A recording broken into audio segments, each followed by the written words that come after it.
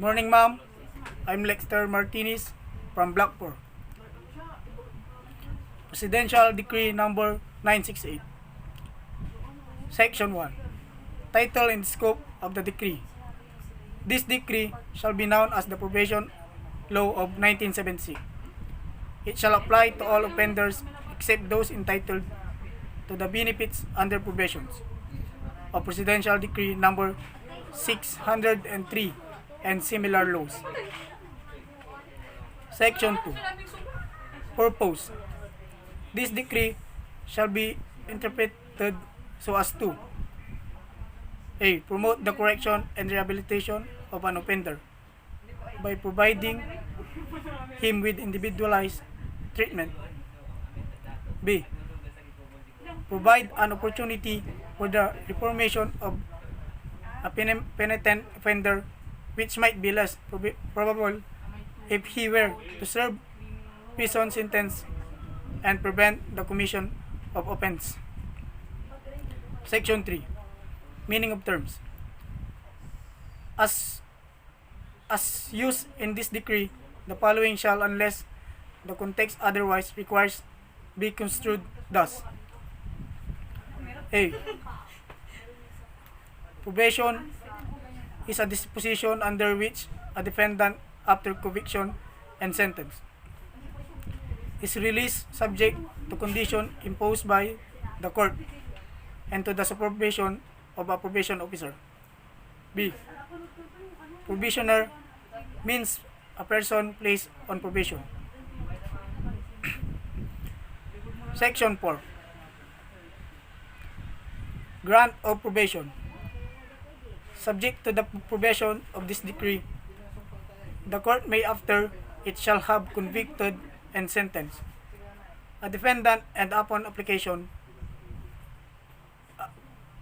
at any time of said defendant, suspend the execution of said sentence and place the defendant on probation for such period and upon such terms and conditions as it might deem best. Section 5. Post-sentence investigation.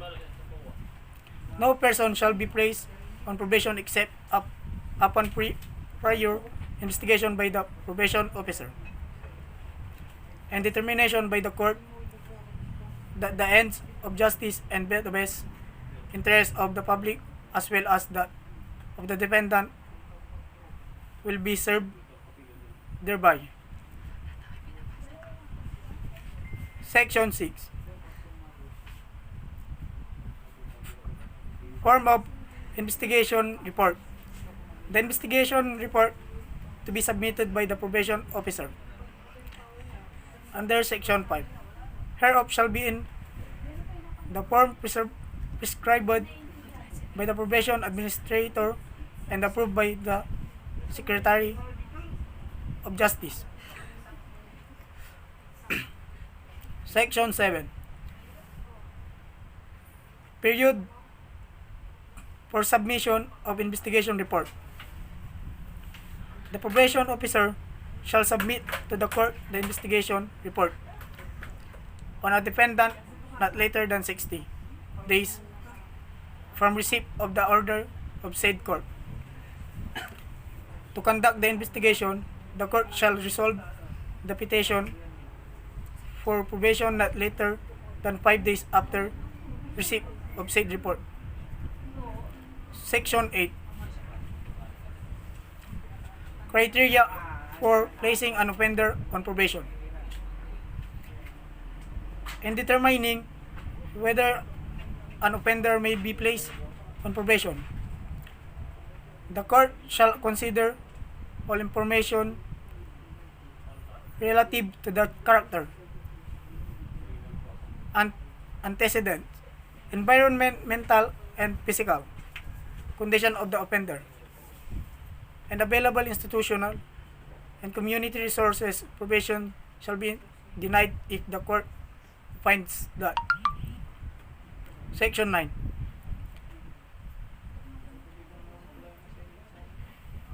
Disqualified offenders.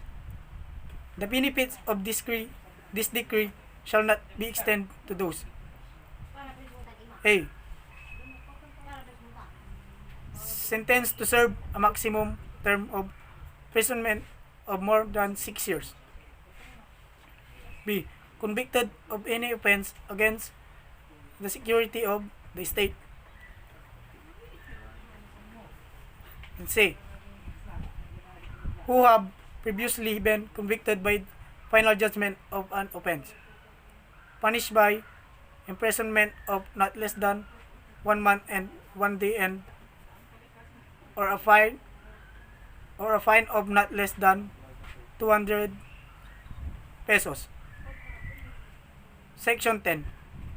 Condition of probation. Every probation order issued by the court shall contain conditions requiring that the probation shall A.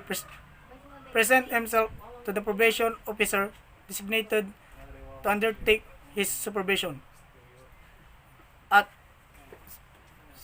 such place as may be specified in the order within 72 hours from receipt of said order. B. Report to the probation officer at least once a month at such time and place as specified by said officer. The court may also require the probationer to and cooperative with a program of supervision.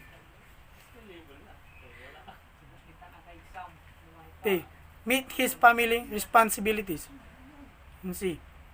Devote himself to a specific employment and not to change said employment without the prior written approval of the probation officer.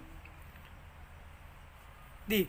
Undergo medical, physical, psychological, or psychiatry examination and treatment and enter and remain in a specified institution when required for the purpose.